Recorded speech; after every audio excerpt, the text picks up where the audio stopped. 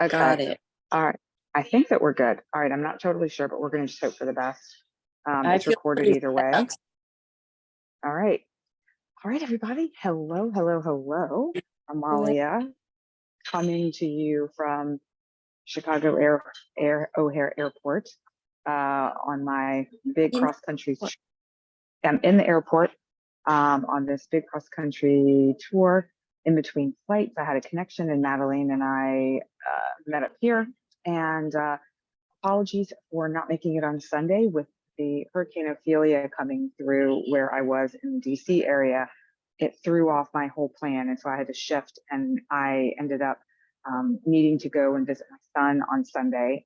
And that took precedence over the cosmic chat. So I thank everyone for being patient with us. And we're getting this in under the wire. So you'll be all set for the full moon tomorrow morning, which happens to be at 5:57 a.m. Eastern. And it's in the sign of Aries. There's a lot of energy that is happening right now when it comes to new starts, new beginnings. To have a new start and a new beginning, there are endings that are taking place. And I have a lot of people that I'm engaging with and talking to, a lot of clients are feeling this push for change, feeling this push to end, maybe not end relationships, even though that is the case in some instances, but end the way they engage within those relationships. They are showing up differently. They are speaking for their what they desire. And Yep. that is shifting and changing the dynamic within the relationship. So it's so perfect that we're stepping into this portal of the Aries full moon. Eclipse season is 2-3 weeks away. And then we have this energy of self-focus with Aries, with the moon in Aries, and a harmonious relationship, balanced relationship focus with the sun in Libra. And so there's a shift that is likely taking place in everyone's life on some level when it comes to relationships and how we engage with them. And that could be just even with the relationship with ourselves.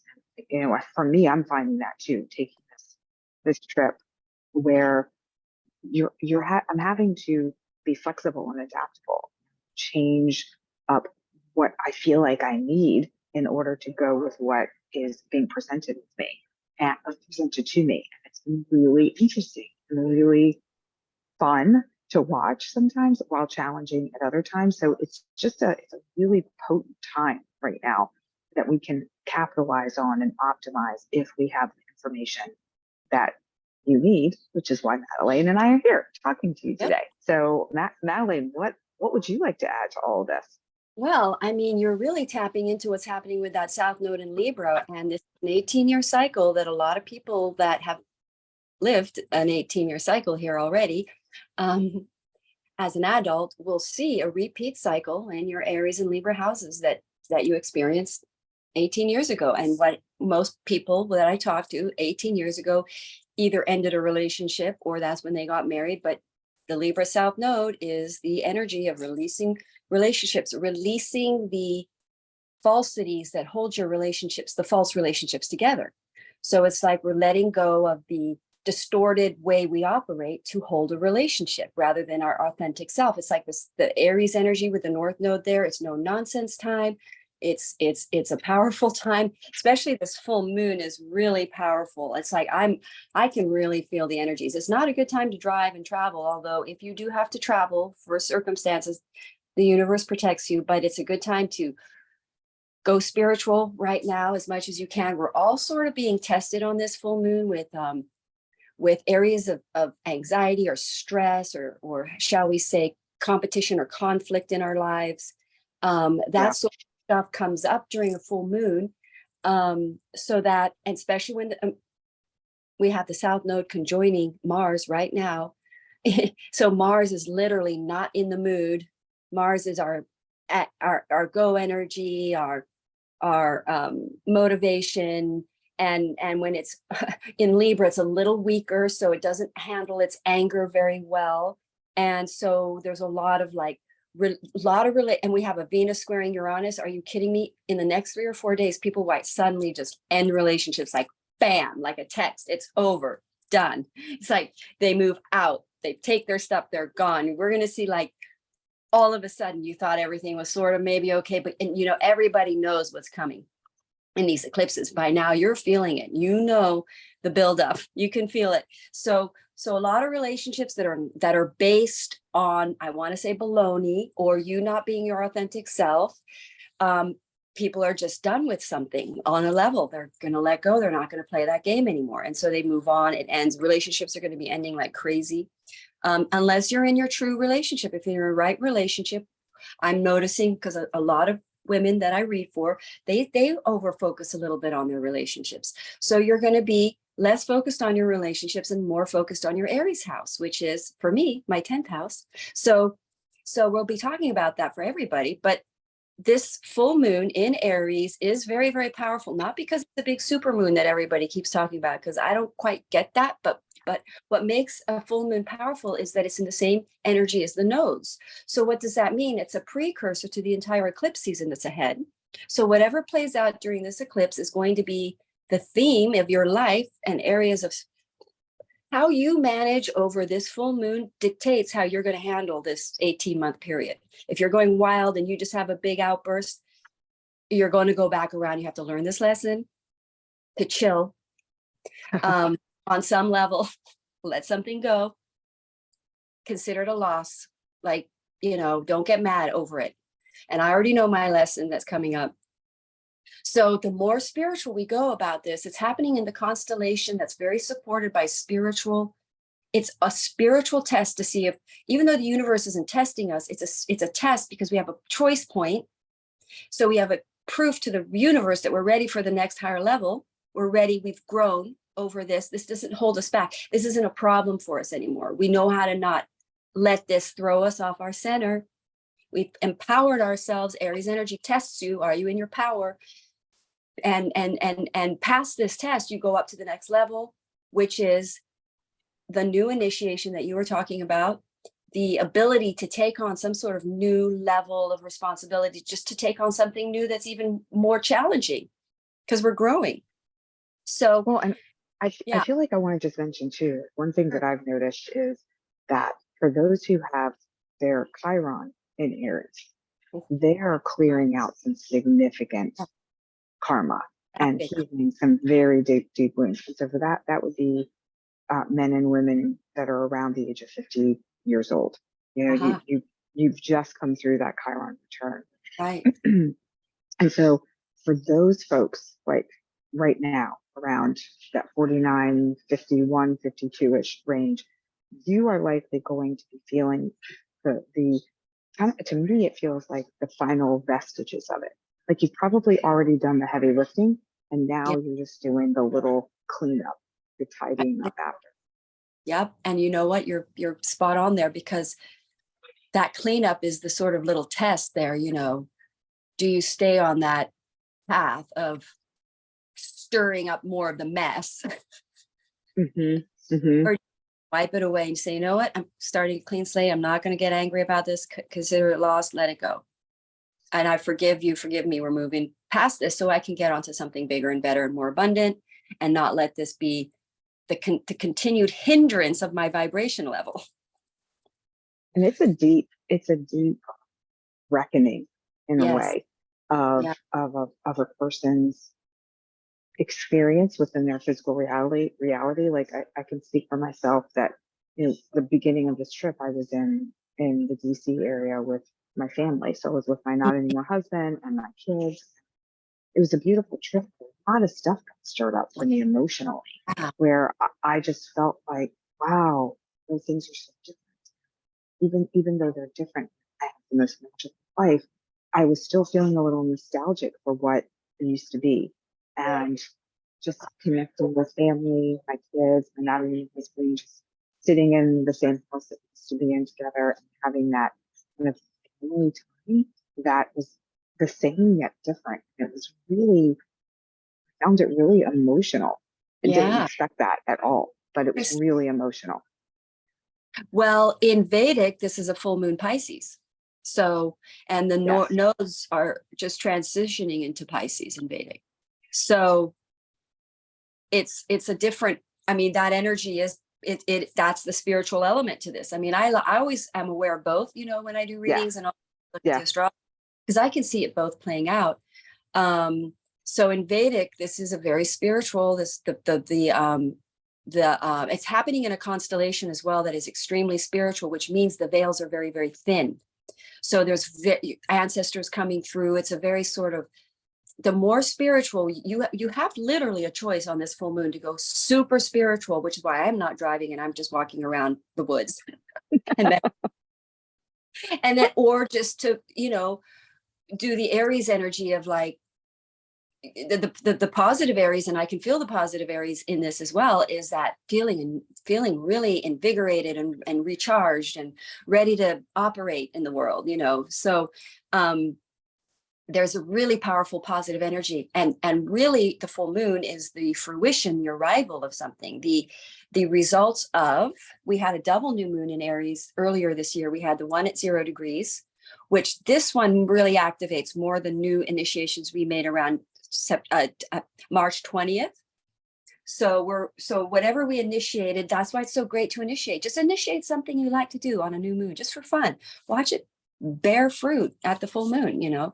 So this full moon, we're going to bear fruit to something we initiated there around the 20th of March, and then we had two new moons in Aries, which is wild. And that was at the 29th degree point. That was April 21, 22, 23 area.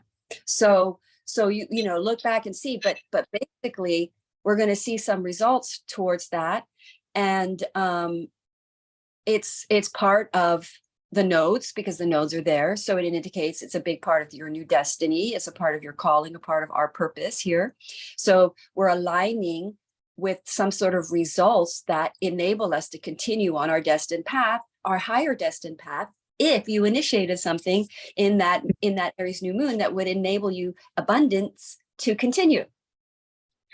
And the other thing too is that I just wanted to mention, like, folks, you know, like, dang it, I didn't do anything, I didn't initiate anything. I would just say, just think back and reflect. You probably did, but you weren't necessarily conscious of it. You know, what was going on at the time? You know, maybe there was some project you started. Maybe you started like creating a photo book, or I'm making something up, and you didn't finish it. Or maybe you did, but then you didn't print it. Actually, this happened with a friend of mine. Like she started this photo book with her sister-in-law actually, and then they never finished it. So now is the time they can actually complete it, print it, wrap that up, and move on. So it may be something really simple. It may not be anything that's like grand. Yeah. Well, I can give you a couple examples from people that I'm reading for. One person met a person at that time frame that is turning into a very good, supportive financial partner to their venture.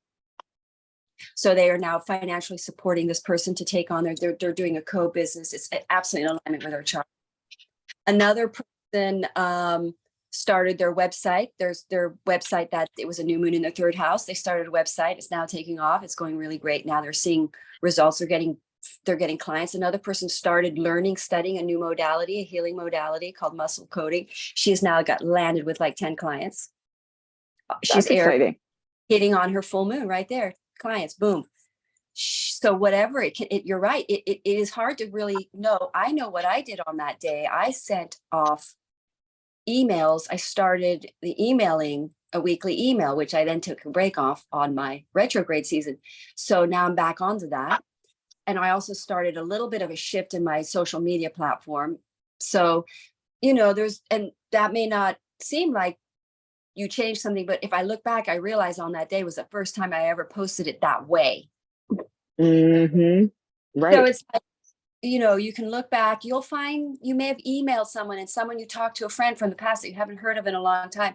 And you talked about something and you laughed about it and you thought, oh, well, it's a good idea. We should do it again. Well, maybe at this time you do it. Like maybe you talked traveling and then it didn't happen or whatever. And now you guys, hey, let's do it. You know, so it could play out, like you say, interesting, but it will be spontaneous, out of the blue, excited.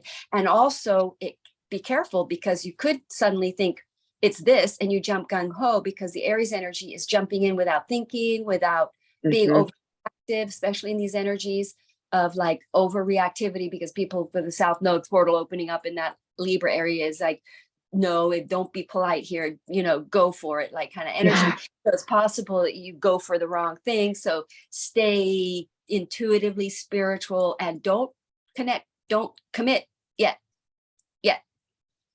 So these eclipses are coming. Keep our plans very fluid, keep everything and intuitively connected, stay super intuitively connected. The animals in eclipses, if you notice, they don't watch the eclipses, they go inside. These energies, I bet you the animals are hiding.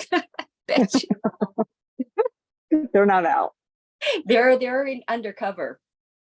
So okay, so tonight, probably today we'll talk about the eclipses coming up, because that's going to add, this full moon is very much a part of that story. And we've got the Uranus squaring Venus and energy to look at here for everybody. And their Libra Aries house is going to be the main topic of conversation for everybody for probably about 2 months. Yeah, big time stuff. So before we dive into that, we're going to probably talk about this again at the end. Madeline and I also just wanted to alert everyone that our next cosmic chat is going to be on October 5th at 3 p.m. Eastern, 12 Pacific.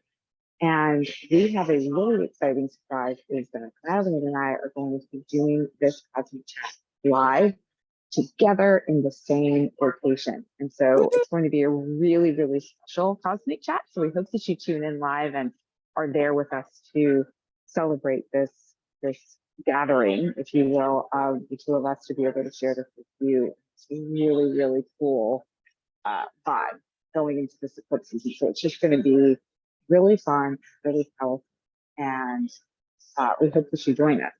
We'll be obviously posting. Yeah. We'll be posting information.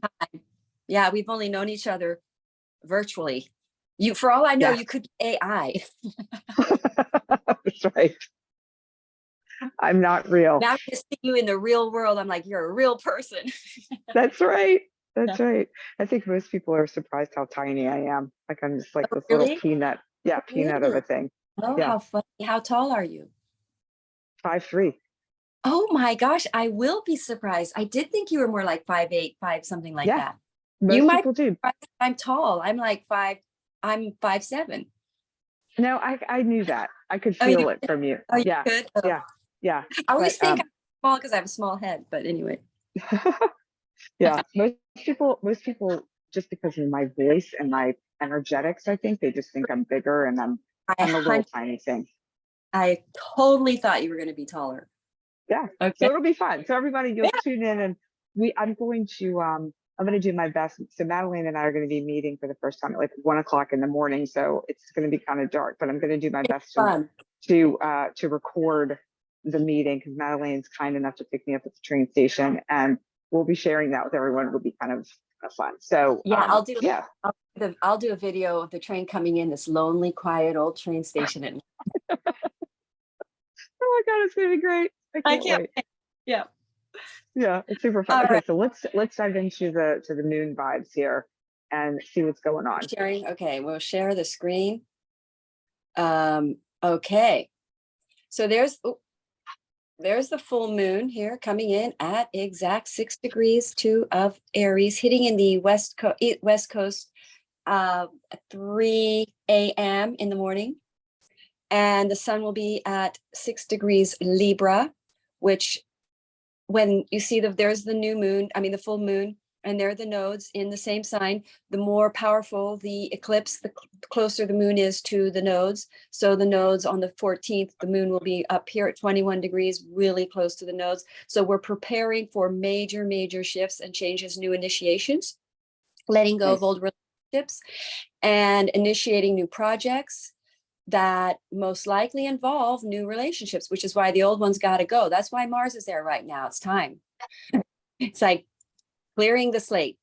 And most people, when it's the nodes, most likely involves partnerships, divine partnerships, because most people have been created in two versions of their souls, as it were. There's two of us, male, feminine, and we're going to expand the earth and into better bounty, as it were, through the divine union of these energies. So we let go of the ones that are not divinely supporting our new destiny, our mission, our project. And then the nodes being up here, squaring Pluto, people in Aries, this full moon Aries, people have the courage. People, I feel it. That's why it's dangerous to drive out there. So, you know I keep saying this because my sons, I'm worried they're out driving. Anyway. The mama never goes away. Always That's the there. I post for my kids. I want them to see it. Anyway, so releasing of emotions coming up on this full moon, courage to do it happens, the boldness to make the break, to make the end, so that you can initiate this new cycle. That's why this portal opens up. That's why can be dangerous, but it's a portal of motivation, energy to change. So you funnel that the right way. It takes you the right way. It goes you in alignment when you make a radical change here. But again, you don't want to be unlogical about it, and you want to not be, in other words, don't go crazy. So would you say it's like one of those things where, because it's the Aries energy and it's very fired up, it's like if you find yourself too fired up, like it's almost like you're out of control in a way, to recognize that and be like, whoa. Okay, It could happen. I think, yeah. Because I think, and it's going to be an issue, because these cycles hit in particular parts in our chart that are our problems, that just coming around, and it's there. Our astrology chart is the map towards becoming whole again, pulling back into our center self. Boom. These are the areas our soul is fragmented that needs pulling into center. So these are all these triggers and hits that hit these points in our chart are opportunities for us to pull into center self. And these were the areas that we tend to lose our center self in. So that's why, you may not feel it if it doesn't impact your chart. This is not this round for you. right. So now the fact that Uranus and Venus are having contact, and Uranus is in the sign of Taurus, which is a very Venus energy, and then Mars being in Libra, ruled by Venus. And then we have Venus in the sign of Leo, which is all about the heart. I mean, hello. Are we talking about passionate, romantic reunions, fired up? Suddenly, that's the other angle on this. You suddenly reconnect with a past love, passion, and you have passionate sex, because Aries energy is fired up in that department. So prepare these lots of you becoming very passionately engaged in the physical realm. I feel like there's some people that'll be very happy about that. I can already sense the energy in the air. It's feeling potent energy in the Aries department. Watch out if you know an Aries man. Hide, run.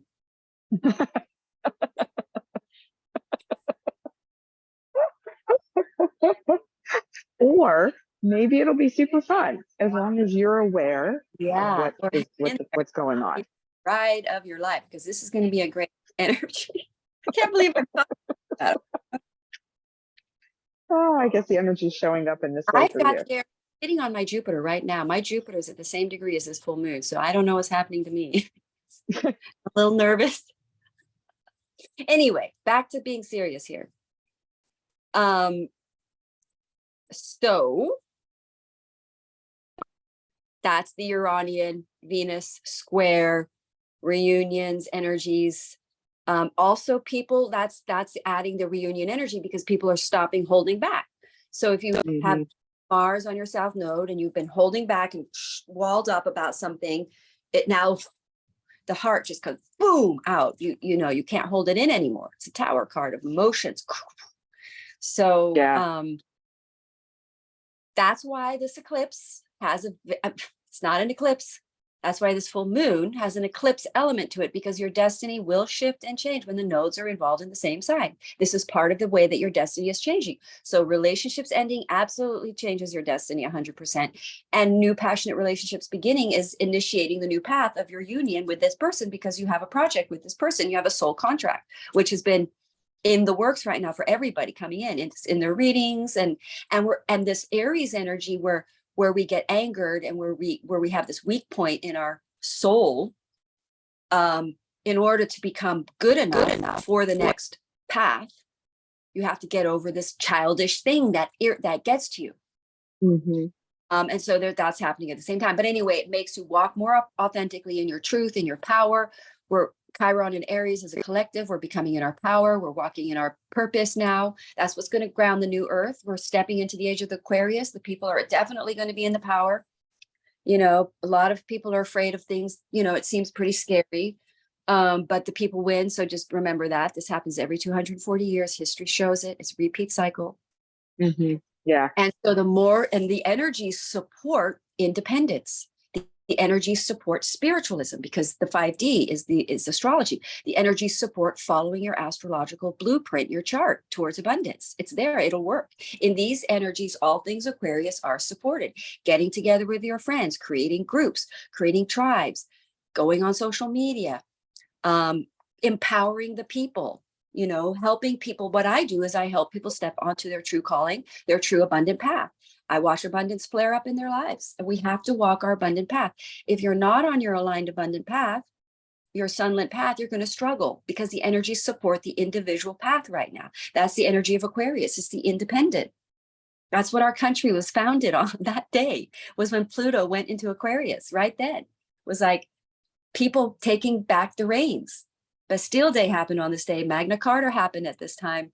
All the cycles of revolution happen at this point. Does it hopefully is passive, because Aquarius is a passive energy, because what happens in Aquarius is people wake up, bam, to one, spiritualism in the higher realms are really what our the reality world. 3D isn't how we change things. We change things from the higher realm.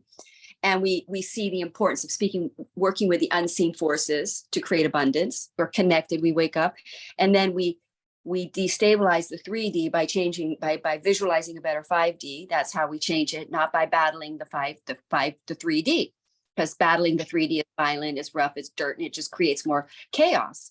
You're just churning up the mess. So we want to manifest now by a new vision, a higher vision of what we can see that's better. So people that are stepping up, you don't need permission from the government. You don't need, to fix things, to change the the pollution and stuff like that. People were going to start coming together. Energy of the Aquarius is galvanized people to create positive change. We take back into our hands the welfare and the well-being of the planet. So, and the karma that the collective wakes up to, the karma that we've created for ourselves, is the idea that the government's going to take care of everything. So we have to step up and take responsibility. That's what happens. Saturn in Aquarius, people take responsibility. They mature. They grow up. I feel like that relates even to Aries in and of itself too. It's that independent nature of Aries. That's action taking, that initiation.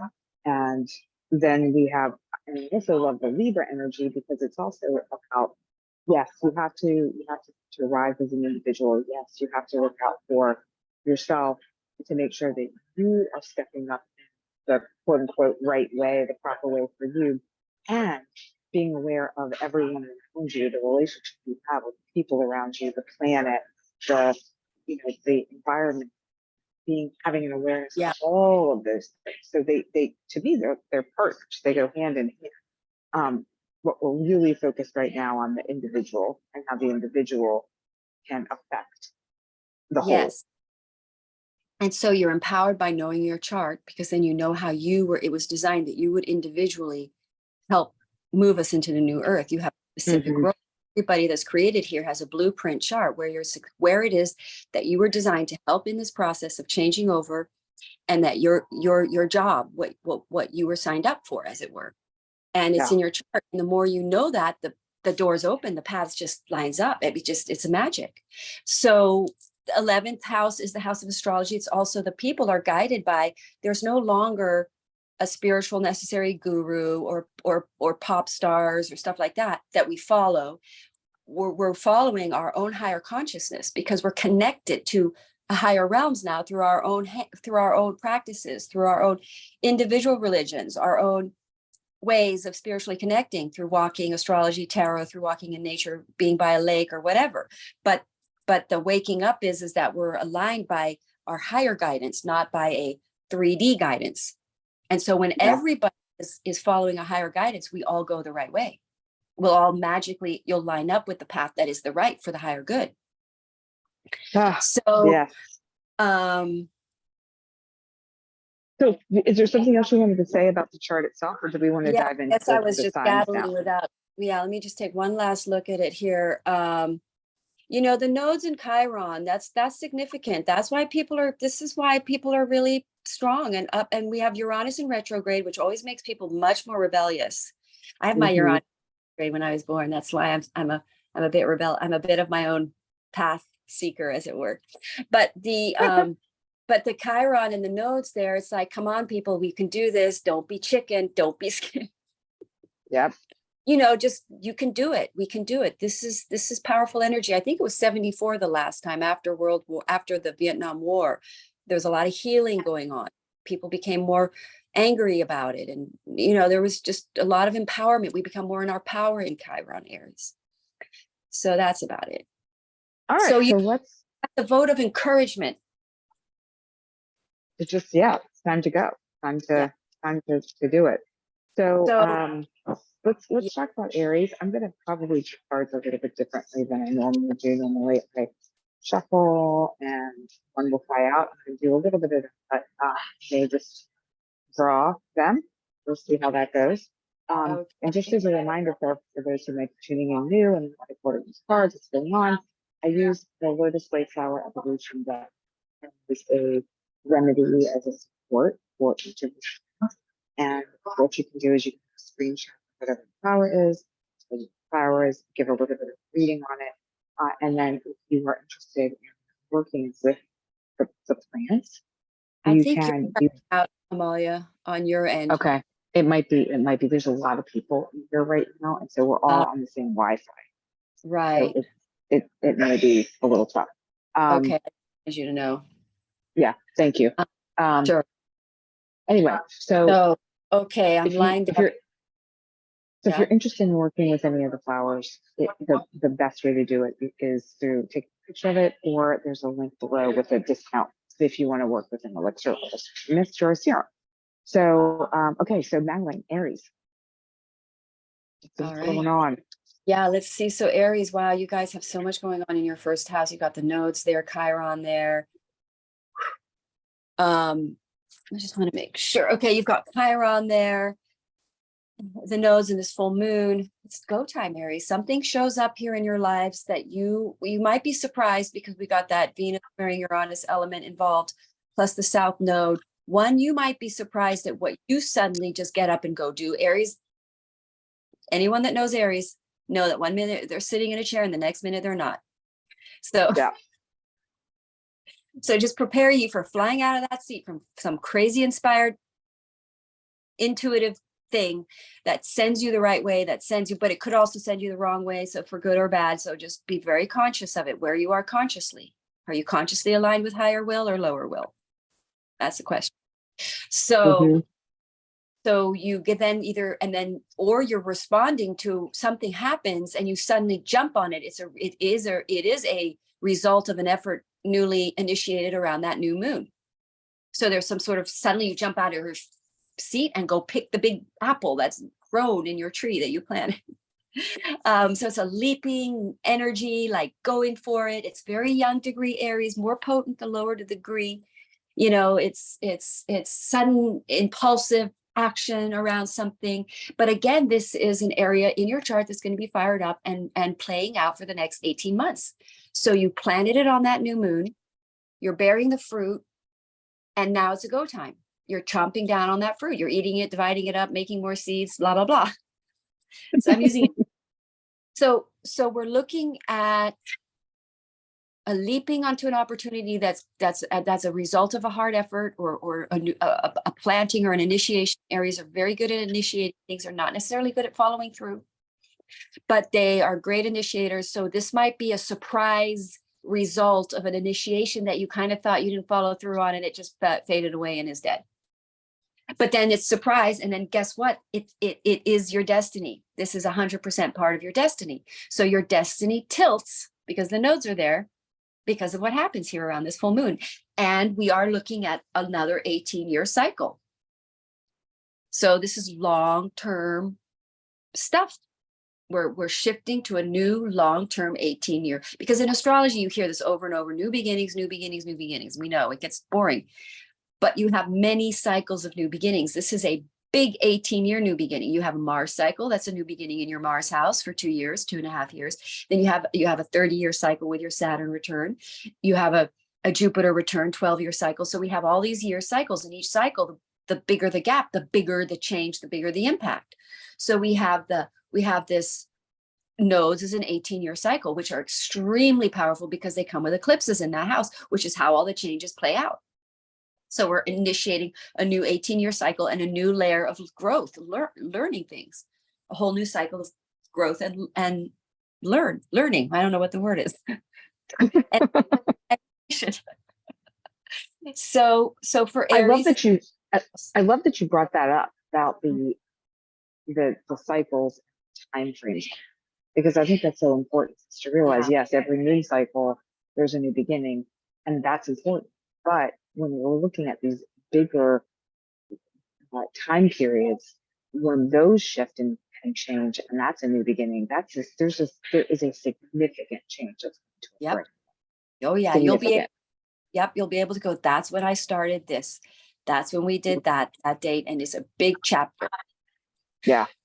So, and it's a serious one. Saturn in retrograde. All the outer planets are in retrograde. Saturn goes direct November 4th. So things on a weird level aren't sort of starting quite yet, although with Mercury going into, where's Mercury here?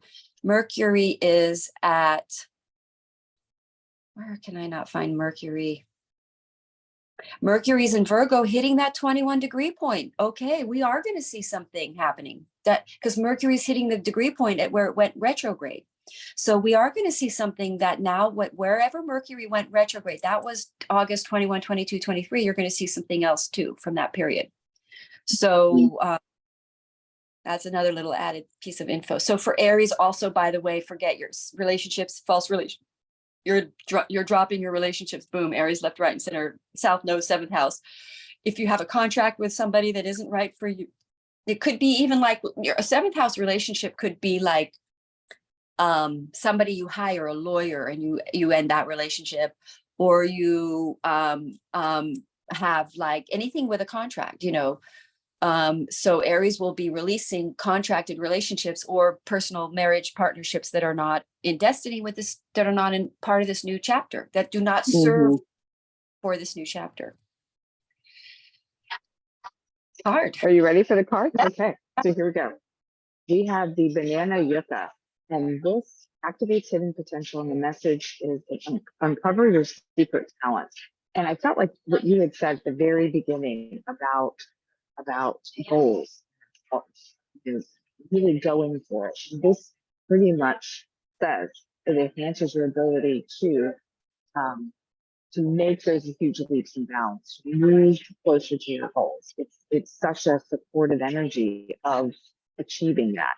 So I feel like this is very much aligned with, for Aries, recognizing the gifts that you have and being able to move yourself, propel yourself forward towards those goals in a way that's very aligned with you, instead of fighting against, like you're actually going to be working with your own innate talents. So banana yucca for Aries. Nice. Yeah. I like the word yoga in there because, that just implies, I think Aries ought to really take it very slow and calm this weekend. Yoga. That'd be good for them. Yeah, stay out of trouble, Aries. Stay out of trouble. That's all I'm going to say. All right, let's see what's going on with Taurus. All right, so Taurus, you guys have this Aries over your 12th house energy. So this could be a bit of a deep soul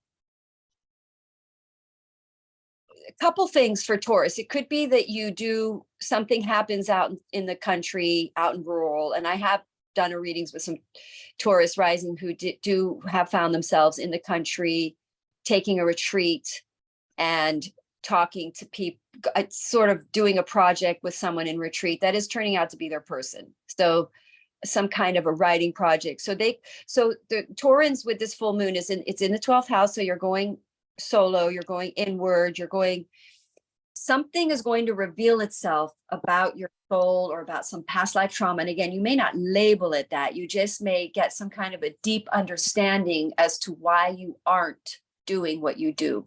You might suddenly see that there's a fear that's one, holding on to relationships that are holding you back, because it's the 12th house or 6th house. So again, Libra, potentially work partnerships, people that you hire, you'll let go of maybe somebody that you hired, or let's say you hire a appointment person for your scheduling, you fire them, some sort of relationship, work related relationship goes away. And you discover something more, and you may even let go of a job work thing because you discover a soul destiny, a soul desire, Aries, soul desire. And then you let something go that is not in your desire, but also can also be very much a health thing. You become aware of the soul reason, your soul trauma that's causing you to have an addiction problem that's bad for you. And you quit, great time to quit something. It becomes clear on a full moon, your problem that causes your addiction. Go ahead. So this is the black bat flower for Taurus. What I really feel like with this card, it feels very 12th house to me. It's kind of dark. There's a lot of shadow. There's something, it feels almost sinister, but it's really just this part of ourselves that we really haven't really addressed. And this activates fierce compassion, which I feel like is something we need when we're dealing with that deep inner work. And the message is advocate for yourself and others. It magnifies the ability and the readiness to advocate for yourself, but it also brings strength, confidence, and fearlessness, which I feel like is so connected to what is happening with the Aries energy. Mm-hmm. So it's so in tune with that. So the black bat flower for Taurus, and being Taurus and myself, this feels really resonant with. Interesting. Isn't it funny how you're coming here? It's the country, it's rural. Yeah. Isn't that interesting? On full moon? Very interesting. For woman, female moon. Sorry, I didn't mean to burst out. But no, sorry. Yeah, no, but you're right. I mean, don't drive, Madeleine. Don't go in. Don't do anything. Till the 3rd. I have to drive on the 3rd. All right. So it definitely that definitely feels resonant. So all right, let's see about Gemini. What's going on with them? Gemini, wow, Gemini, your ruling planet is now in a very good position for a couple more days. Good time to initiate any kind of, by the way, everyone, because Mercury is going to go into combustion. So we want to, this is, no pressure, but if you're planning on sending some sort of mercurial project, which is writing, talking, reading something, starting a blog, writing something, anything, just this is the time to do it. It'll go very well for a couple more days. So just saying. All right. So for Gemini, which is your ruling planet, Mercury, your planet now goes into 21 degree points. Something really goes forward here in a good way that's been a bit blocked and stalled for a while.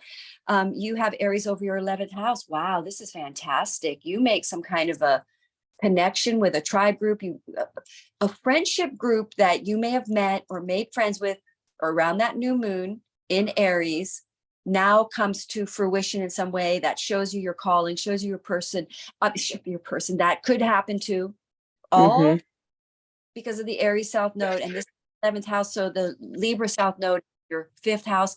So you're going to be letting go friends that are not authentic. Actually, you're going to be rapidly releasing friends that are not aligned with your new spiritual destiny, your projects that you're going to be initiating, your new consciousness. You're really evolving to a new set of friends, to a new group of friends, and it's going to be some kind of bearing a fruit, something abundant and auspicious as a result, because also the 11th house is wins and gains. It's a great place to have a full moon.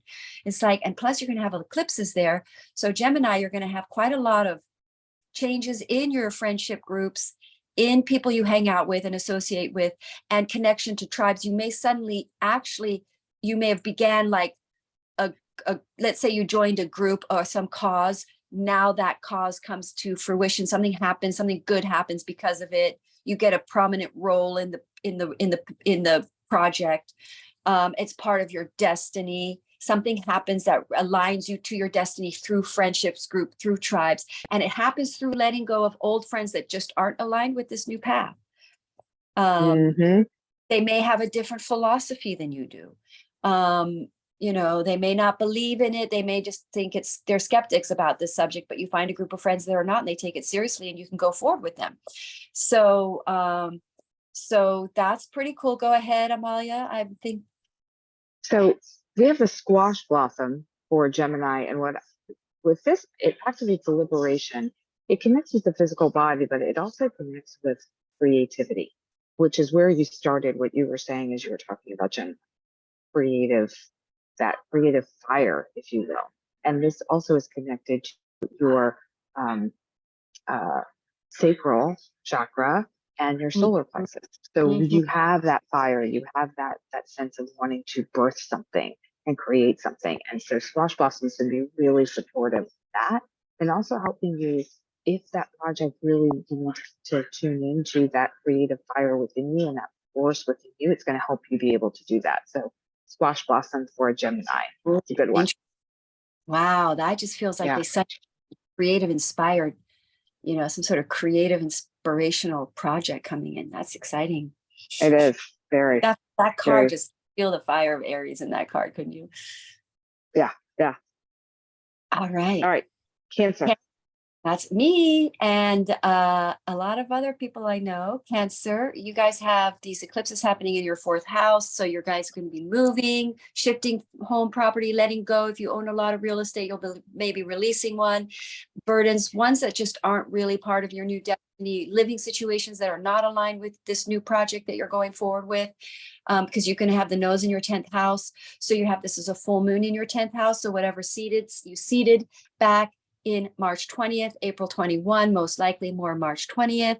The results will bear fruit for you. You will find a big upsurge in that effort made that was dormant during the retrograde planets that feel like nothing was ever going to happen ever again in your entire life.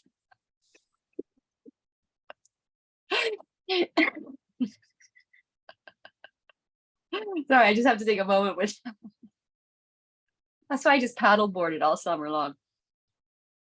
No, I worked as well, but anyway, so now we're going to see some sort of fruition, some sort of results coming in your 10th house of career, a big upgrade.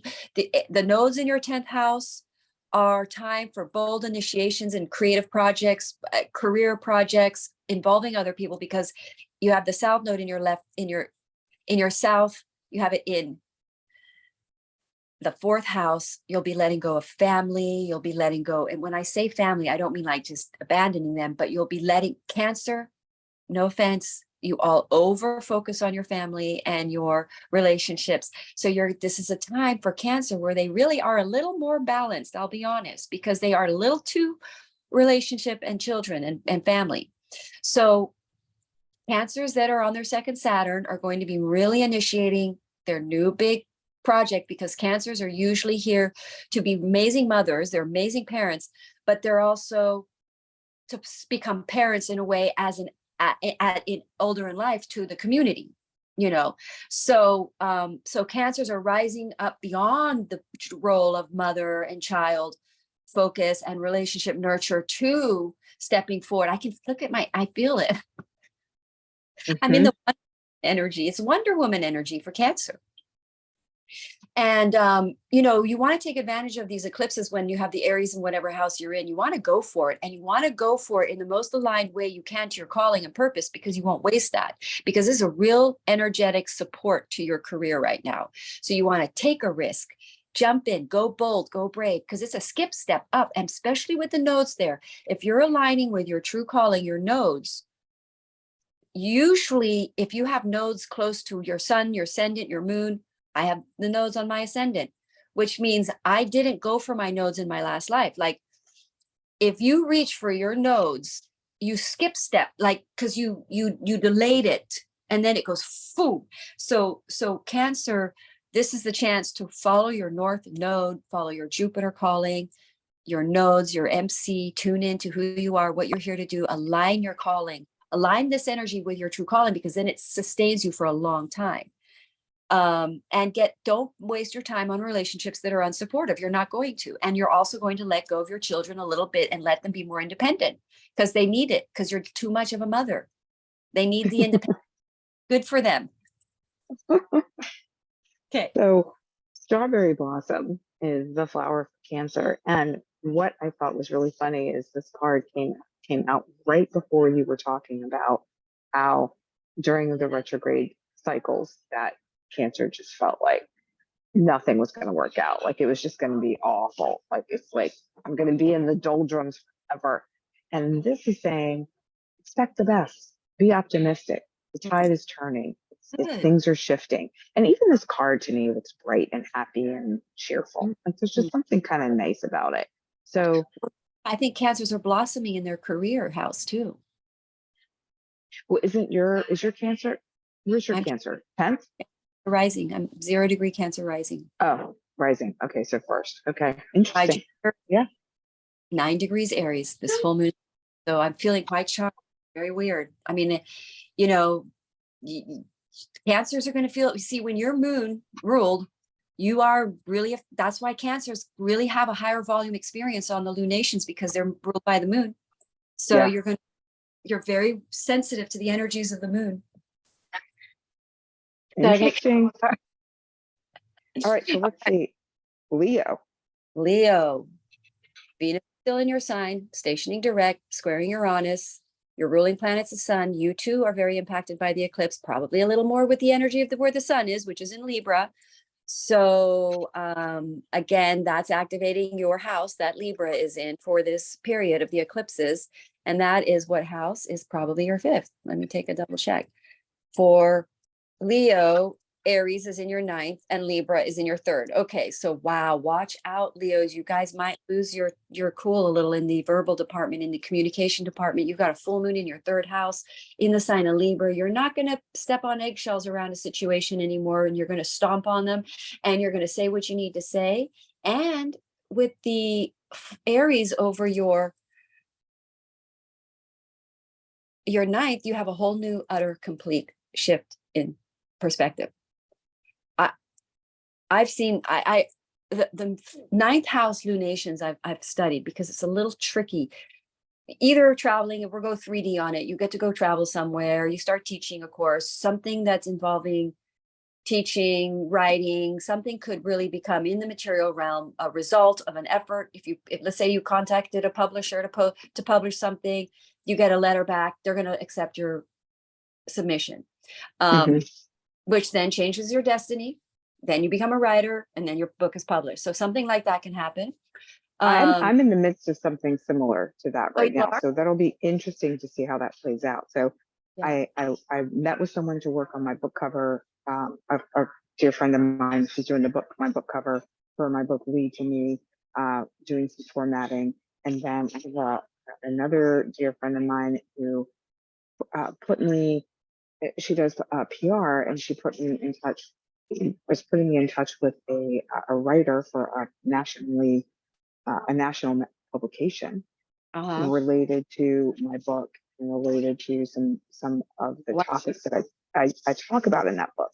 Interesting. So after we wrap this up, I'm fine tuning what I'm submitting to them. So this completely connects in with what you're talking about. So I think it's interesting. Yeah. Excuse me. Yeah. Mm-hmm. So Yep. So then on the psychological level or spiritual level, as it were, there's going to be a major, in the next 18 months, expect major spiritual awakenings, understanding spiritualism on some really deeper level. But here's the other thing that keeps happening. And this is something that I found when I have lunations on this on this access is I change the way I think completely about something. And Mm-hmm. and I keep thinking, I'm going to change. I'm not going to believe in something anymore. I'm going to maybe not see astrology isn't the right.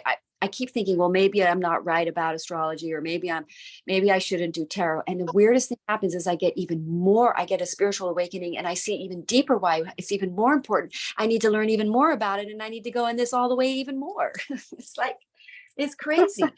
So I believe in it even more because I see people's lives transform for the better from it all. And so I go, wow, I have an awakening. I get out of my ego about it. I stop seeing it as like an avenue of a career or something. Is it more of a spiritual quest or a spiritual fulfillment or something?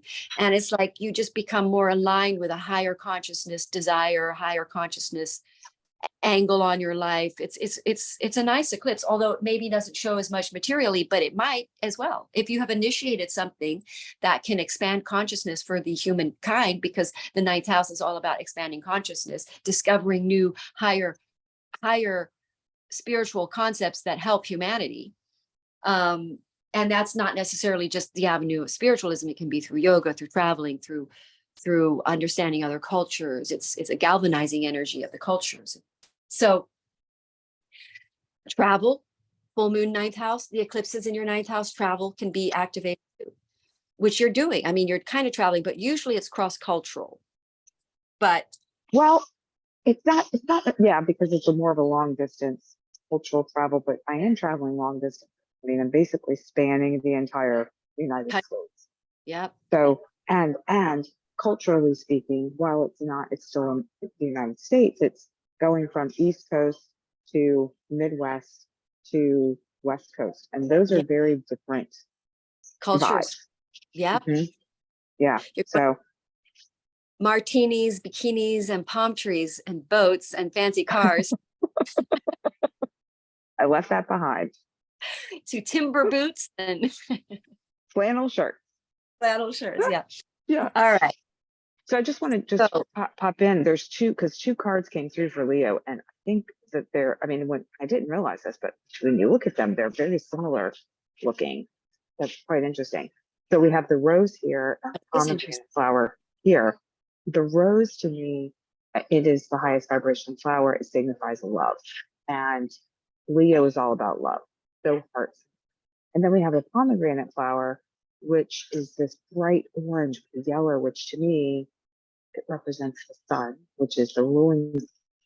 So the way I'm intuiting these two flowers.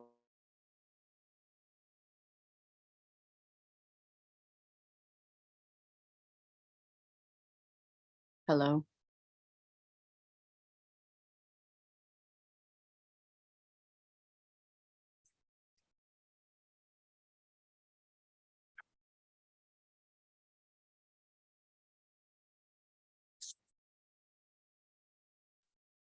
I wonder if anybody's there. Can you hear me, Amalia? You blocked out, by the way. Can you hear me okay? Yeah, and I just kept talking in case the recording will pick it up and then we'll have it. So it's just basically, that sense of personal power, love of self, love of others, fired up action, and all of that I feel like is so in tune with Leo and the Aries energy. So anything else you wanted to share, Madeline, on that? Well, Venus being in your sign squaring Uranus, prepare ye. Unexpected, good or bad, in relationship shifts or changes with that South Node in Libra. So something might shift or change about a relationship. But again, you might just let go of sort of always trying to align with your relationship instead of aligning with your passion.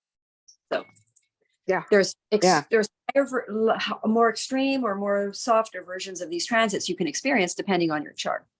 Sure. Yeah. And your consciousness level. Big one. Well, yeah, what you're ready for. Yeah. What you're ready for. Okay, so Virgo, what's going on? Virgo, you guys have a lot happening. Everybody does, but Mercury, your ruling planet, is going direct now. I'm sorry, it's back at its direct degree. It's there for a couple more, 3 more days. You're going to have very powerful energies. It's a good time to initiate, as well as, again, something coming, an opportunity coming in this full moon. And for Virgo, that's in your 8th house, financing, money, other people's money, joint partnership, joint financing in a partnership. Somehow you pull together money that initiates your mission, your calling, or you bring your finances together in a relationship and you take on a project together. You have Libra in your 2nd house. You're going to let go of working for a job in this 18-month period. Virgo are going to be releasing an old way of earning money and opening up to a new way of earning money. And it might be through joint financing. It might be through investment. It might be through risking. But remember, when I say financial risk, you want to take astrologically guided financial risks. You do it the right way when there's trines in the right spot, boom, 0 doubt success. So you want to start playing with risks with your finances. You want to start investing things, but some sort of opportunity, investment opportunity could show up. But again, be careful. Don't go jumping into something that you haven't done a little research on, or that everybody wants to be careful to use this fire energy the right way, which is not to be over impulsive about making things that you may regret, because Aries energy can do that. So you want to be using your higher consciousness as you're making these choices and tuning into your intuition. And so for you guys with the 8th house, there could also be a investment property. Your property real estate value goes up. You suddenly have a property, you're on sale, you're selling, it suddenly sales, you get money from that. You refinance something, a property. You could get an inheritance. Full moon, someone could pass, depending on your chart. You get an inheritance. You get left a house. Libra, you could have other Cancer placement. Libras are losing mothers with the South Node, Libra, 4th house. My mother passed, as you all know. So the Virgo energy of releasing, hitting in your 2nd house, you're going to be letting go of working, jobby type mentality. You're going to be more, instead of utilizing energies for a job, day-to-day hours, working on your own things or talents or things, you're going to be looking to manifest through partnerships, finances, taking investment risks. And but this is going to be a full moon that you get the results of an investment, get the results of some sort of connection with another person. You now do get to be together and pull your finances. Something you initiated around March 20th comes to bear into results where you can join your finances. This is a very abundant eclipse cycle for Virgo, because they're going to let go of, as Virgos are high service and they throw themselves so much under the bus, that they're going to let go of that, and they're going to not work so hard, and they find a way, because Virgo can't do it. They can't not overwork. They can't over busy. So it's almost nice for Virgos to just get some time off and create abundance through joint financing, joint projects, investments in real estate, land, something. But Virgo are taking some time off in the next 18 months from being sloggy, hard workers. I love this. I love this, Madeline, because this card is the dandelion and it activates relaxation. Oh my God. So it's totally in line with what you're saying. And the other thing too is that it dissolves tension. And that could be neck tension, shoulder tension, but also mental tension. So you were talking about the Mercury connection there. Mercury is Virgo. Mercury is now direct. And I feel like sometimes when Mercury is in retrograde, we can get lost in our thoughts. We're constantly like rehashing, viewing things, and we can get totally caught up in it. And now it's kind of that forward momentum of letting some of that go, just letting it settle. And so I love the dandelion for Virgo, especially based on what you were just saying. It's like That's so perfect. great. That's interesting. Yeah. Yeah. And you see, that's the weird thing about this lunation and these eclipses. It's like they're going to have the sun and this eclipse in their 2nd house. So it's like, I mean, they're going to be, when I had eclipses in the sun in my 2nd house, I really changed my financial centered income ways very, very radically. Mm-hmm. So yeah, so it could be interesting for them. on a way that is abundant and lasts an 18-year cycle. So nobody be afraid of any of the changes that are coming. They're going to be so that you're on something stable that lasts an 18-year cycle. Mhm. Like Which- Cancer moving. Cancer have this eclipses in their 4th house. They're going to move because they need to go somewhere where they can pretty much settle for about 18 years. Even if that means traveling for 18 years and you don't have an actual location spot, which could be me. I'm kidding. But anyway, because we have But it's Saturn in travels, so that's possible. Well, it's interesting. My daughter-in-law is Cancer, and they just bought a house, and Yeah. that's a place that they plan on staying for a long time. Interesting. Yeah, Yeah. it's all lining up. Okay, Oh, Libra. oh wow, Libra guys. I'm fascinated by what's happening to Libra because they've got the South Node and Mars in their 1st house, plus the eclipse is hitting there in their 1st house. They have Aries over their 7th house of relationships. So they're going to have very, very selfish, in a good way. They're flipping that polarity of operating to make the other person happy, going along to get along. Libras are not going to be as sweet, nicey that they always are. And they're not going to be pushovers, and they're not going to be, especially in their one-on-one relationships, their close partnerships and contracted partnerships. They're going to be more selfish, but if they're higher consciousness with the energy, it's actually going to make them happy, and it's going to make them happier in relationships. They're going to find out that they have to be happy, and for a relationship to work, you have to be sort of selfish. I mean, actually, really, that's why a Libra is access to Aries, because we have to learn how to balance between balancing in a relationship our energies, what we want, what the other person wants. But if we let go of what we want, then we're miserable, and then we get mad, and we're not happy in that relationship. So Libra are going to be happy in their relationships now on this next cycle. They're going to let go of what doesn't make them happy, and they're going to stop trying to make the other person happy, because Libra will distort and pretzel themselves to hold a relationship. They do not like to be single. They're the least single people you'll ever see. They will just jump into any relationship. Sorry, Libra. I mean, not one, but any halfway decent. Libras are really nice, usually very beautiful, so they can get into many relationships. Everybody wants to be in a relationship with a Libra, so they can just hop in and out of relationships. But I think that's the period of time where this era of these eclipses in your 1st and 7th, where you discover baloney relationships, and you become more authentic, and you become more selfish, and you connect to what your true desires are in relationships, because Aries is the energy of your real desire, but it can be a lower desire or a higher desire. So you want to consciously align your Aries desire to the higher desire. So you're going to go to a higher relationship rather than a lust-based relationship, or, you're going to go to a more divinely, and you're going to go to a relationship that has an 18-year cycle with you, that's going to last a good 18 years for this cycle. So a lot of Aries are single for 18 years, or in a repeat karmic pattern. They're going to end that karmic pattern and go into divine partnership. Go ahead. It feels like with that energy for Libras, they're finally going to start to use their voice. Trumpet fine activates effortless speech, and the message is for your voice. So speaking to what it is that you need, and not just keeping quiet to keep the peace. They're going to be honest. Well, and I feel like they are honest, but they just don't say as much. At least that's my experience with them. They just stay quiet versus speaking to what they want. They may have big outbursts. Just so you know, that Mars K2 conjunction, they are going to have big emotional outbursts. Could be passionate outbursts too. Sorry, I feel like I interrupted you. Aries is but well, it's actually good, because we're gonna have to wrap up fairly soon. So it's good for us to keep on moving, because I'm gonna have to catch my next flight. Okay, better get on. I don't want to miss the flight. Okay.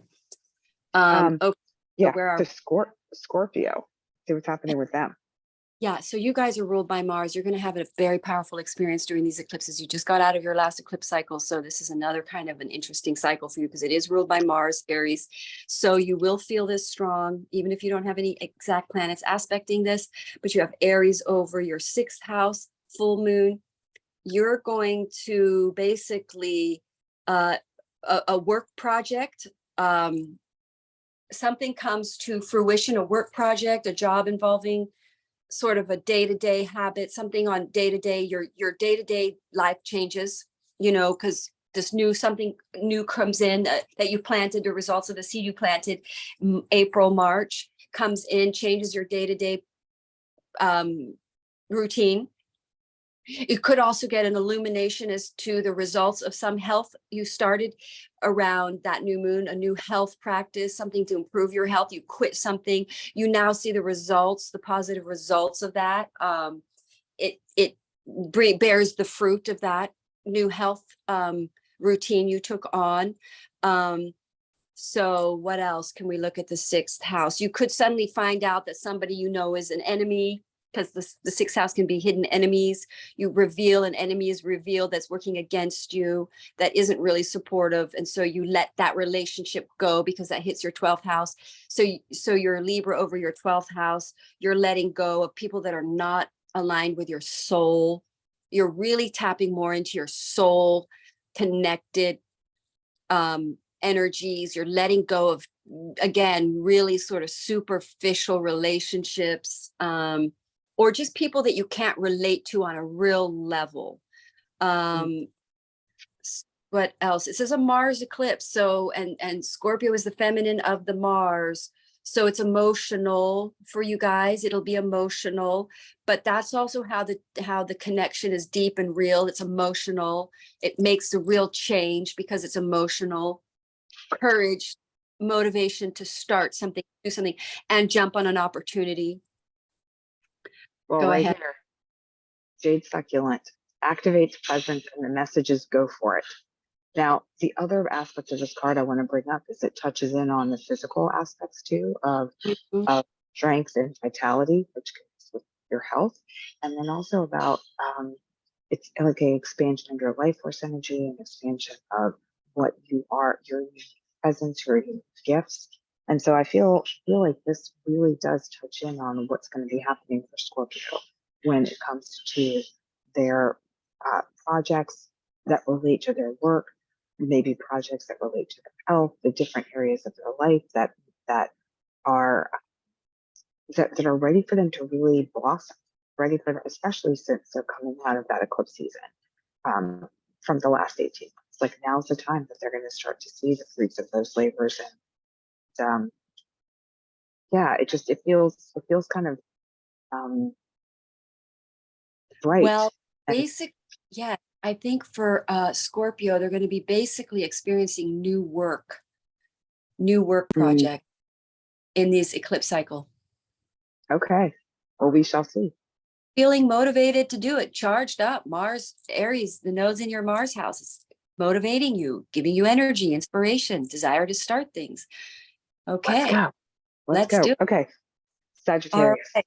Saggies, you guys have Aries over your 5th house. So you've got a friendship group, a friend that you may have met. I have to go back because I'm Sagittarius sun. So friends that you may have met, people you may have met around that time, a new friend, new friendship you started, fruition turns into either you become aware that they really are a soul connected, new destined friend that coming on a long-term path with you, or a project related to them. Friendship groups come back, a friendship group that you could have, because Mercury is now in direct. So there may have been communication with a friend. Now you get results from that communication. You haven't heard back from them for the whole period of that time. So you've got like a new beginning in friendships. Also the revelation of who friends are coming with you on this new path in your next chapter here on the 18th and 18-year chapter cycle. These eclipses are going to be operating your Libra over your 11th house. You're going to be radically letting go of certain tribe groups, certain people that aren't really authentic on your mission with you, or just not on the same wavelength on some level. So you're releasing certain friends, but also it's sort of a return to friends that are more spiritually aligned with your spiritual destiny. Sagittarius, let's take a look. My son, I'm thinking he's very Sagittarius. That's good.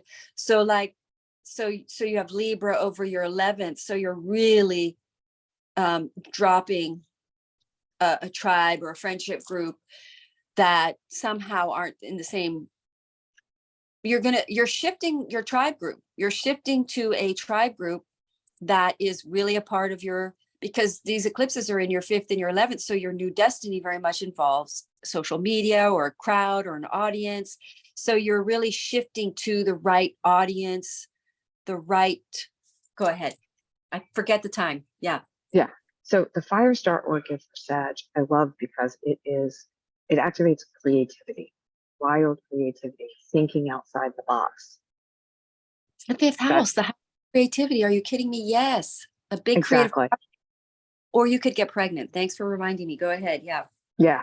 Well, and it's also innovation and ingenuity. So maybe Saggies will come up with an idea that's really innovative, something that no one's done before. And it's creative. It's that creation energy. Yes.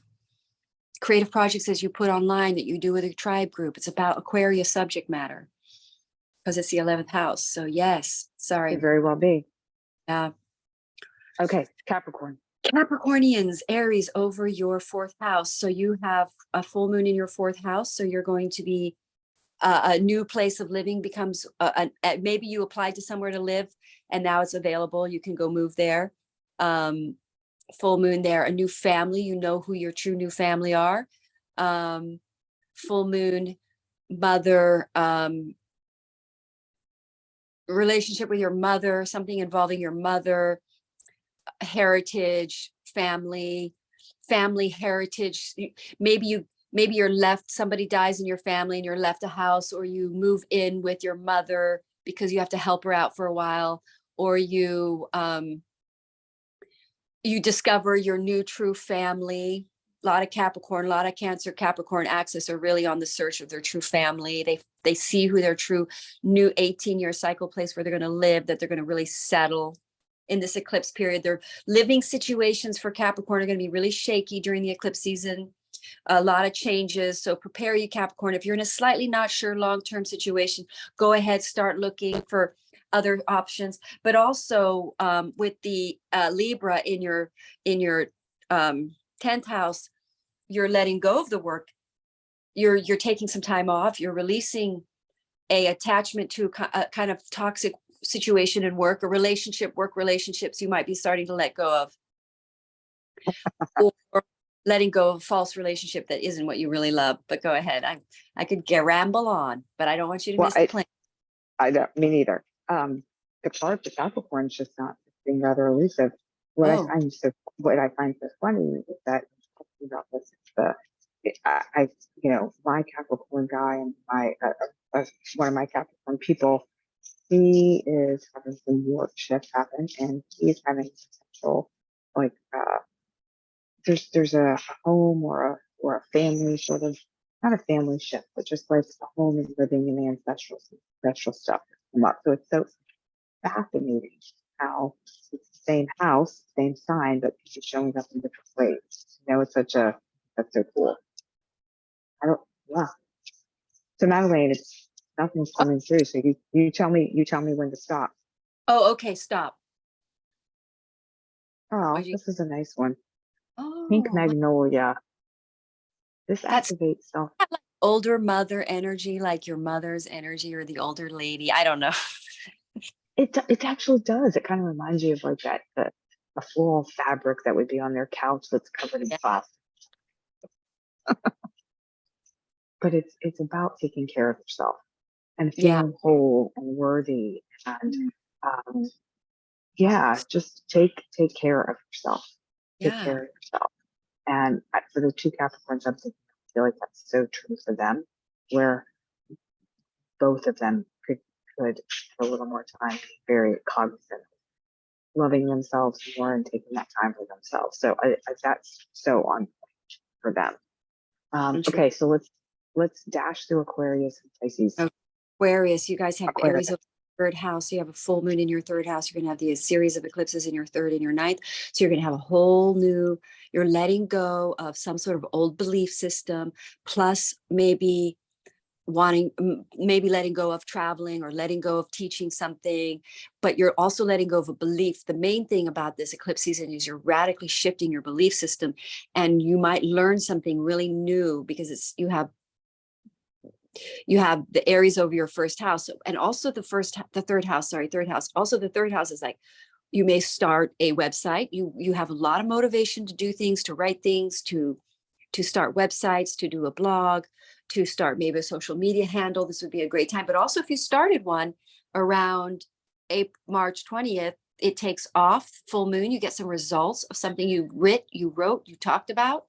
But knowledge or information comes in on this full moon that that gives you confidence and boldness around a belief or something you think or something you know. You write about it, you're bold, you start a business. You could start a business, or you started a business and you maybe just a little bit started. It wasn't like a full thing, and now it works. Something opens up, the fruit suddenly bear, and you're like, wow, that tree was going to bear fruit. So Aquarius have the eclipses in their belief and what they know, learning new things, changes their mind. Something could show up that completely changes their mind, information coming in. Go ahead. And they may end a relationship around it too. Go ahead. Can you hear me? Hello? Did anybody hear me? Hello?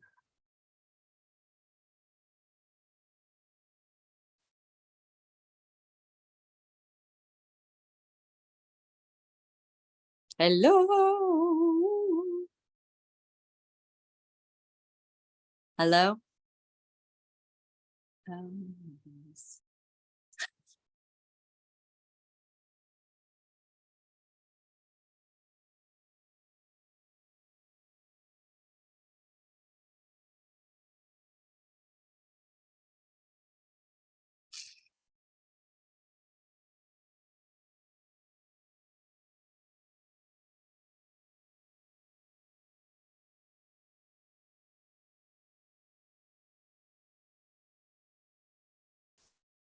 Oh, you're back. I'm back. I'm sorry about that. Yeah, it's clear that the universe is like, okay, we need to wrap it up here. Get on your plane. All right. Finish up this. Yeah, let's finish up the last bit. So we did Aquarius. So go ahead. You didn't pull a card though. Yeah, it was fireweed.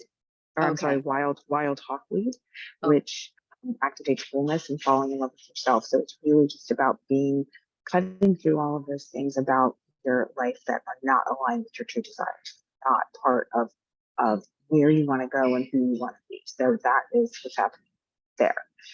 Okay, and then let's wrap up with Pisces. Pisces. Okay, Pisces. You guys have Aries over your second house. Fantastic. I like that. You guys are going to have the nodes in your second house. So a new financial nice. Some sort of financial effort you made, or financial effort, but some sort of effort you made for work, for earning, in around March 20th or April 21st now bears fruit. Big results. Big, nice. All of a sudden, wow, results.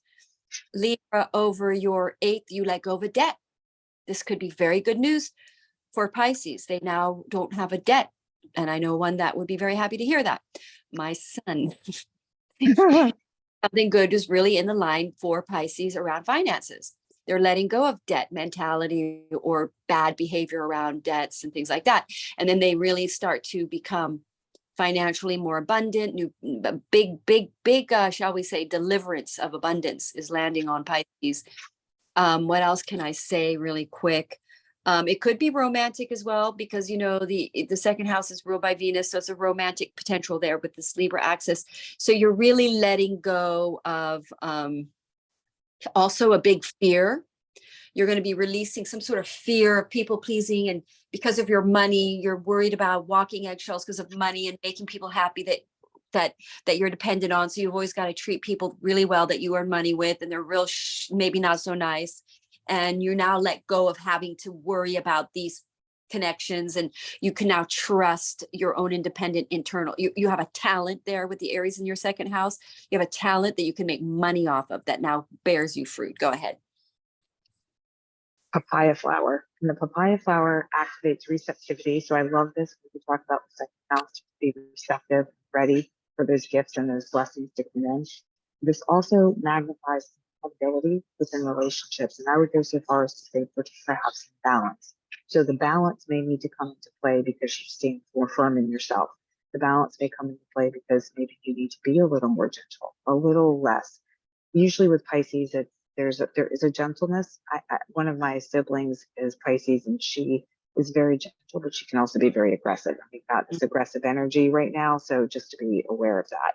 Just so you know, Pisces are Aries in Vedic, but go ahead. Papaya flower for Pisces might be very beneficial for them for navigating this energy. So that was the super quick. We're gonna have to close out soon because I need to get rolling. But a reminder for everybody that Madeline and I will be together on next Thursday, October the 5th at 3 p.m. Eastern, 12 o'clock Pacific. And it'll be a special episode. We'll be talking about the eclipses, and we'll be together in person, which will be super fun. We'd love to have you join us and chime in, share questions, and we'll be able to do that a little more easily because we're going to be on the same screen. Yeah, press that like button for us today. Like, subscribe, pop over to Madeline's channel as well. Tap over to mine if you're watching this on Madeline's replay. We will see you guys in 1 week for special cosmic chat. All right, everybody. Bye for now. Bye.